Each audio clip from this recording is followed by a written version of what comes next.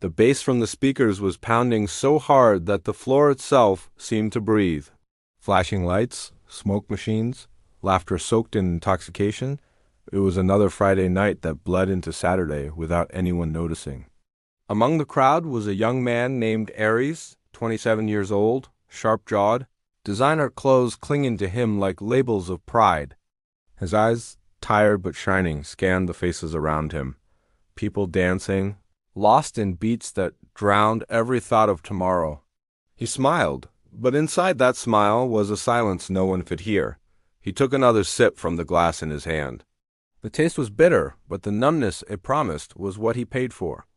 Every night this was his escape, the flashing lights, the music, the girls who didn't ask questions, the friends who only cared if the table was full. But tonight, something felt different.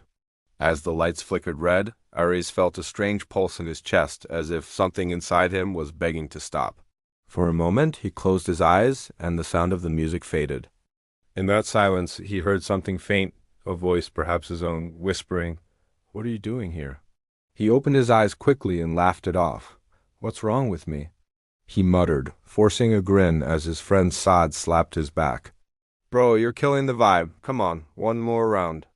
Aries nodded mechanically, yet his mind drifted away. The lights blurred, faces blended into smoke, and for the first time, he felt like a ghost among the living. By 3 a.m., the club began to empty. Outside, the city was quiet. Too quiet for someone whose heart was still racing. The night air was cold, wrapping around him like a question he didn't want to answer. He leaned against his car, lit a cigarette, and watched the smoke curl upward into the black sky. For a second, he imagined the smoke forming words, "Repent, come back," and he laughed at his own thoughts. Driving home, his playlist shifted from loud EDM to a random YouTube ad that somehow didn't skip. It was a recitation of Surah As-Zumar.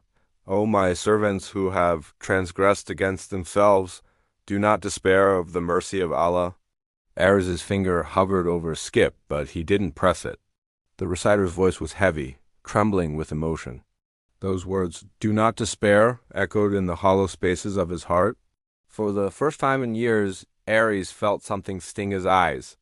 At home, his penthouse overlooked the sleeping city. He dropped his keys on the counter and looked around. Expensive furniture, glowing lights, but no warmth. Everything he owned glittered, yet none of it glowed. He walked to the mirror. The man staring back looked successful, but why did he feel empty? He remembered his mother's voice, soft and trembling the night before she passed away. "Aries Bera, no matter how far you go, remember Allah never forgets his servant." That memory hit him like a wave. He turned away from the mirror, sat on the couch, and rubbed his face. For a long while, he just stared at nothing. Then his phone buzzed, a text from Saad. "Tomorrow night."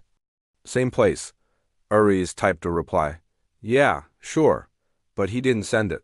Instead, he tossed his phone aside and whispered into the dark, "Allah, if you can still hear me." I don't even know where to start. The room was silent. Yet in that silence, something broke, not a sound, but a barrier. A tear slipped down his cheek, the first in years. The next morning, sunlight crept through the blinds, piercing the heavy air. Aries woke with a pounding head, but his heart was still unsettled. He walked to the balcony and looked at the world below. People going to work, kids in uniforms, the ordinary life he'd abandoned long ago. He envied them for reasons he couldn't explain. Later that day, he sat in his car parked outside a cafe, waiting for Saad. When Saad arrived, all energy and noise, Aries forced a smile. "Bro, last night was wild," Saad said, laughing. "You disappeared early."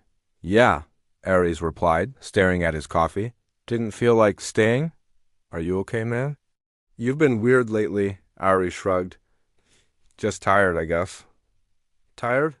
We've got everything. Cars, girls, cash, fame." "What else do you want?" Aries looked at him and said quietly, "Peace." Saad laughed like it was a joke. "Peace? You sound like my old uncle." But Aries wasn't joking. Those words stayed with him. What else do you want? Peace. That night, he couldn't sleep.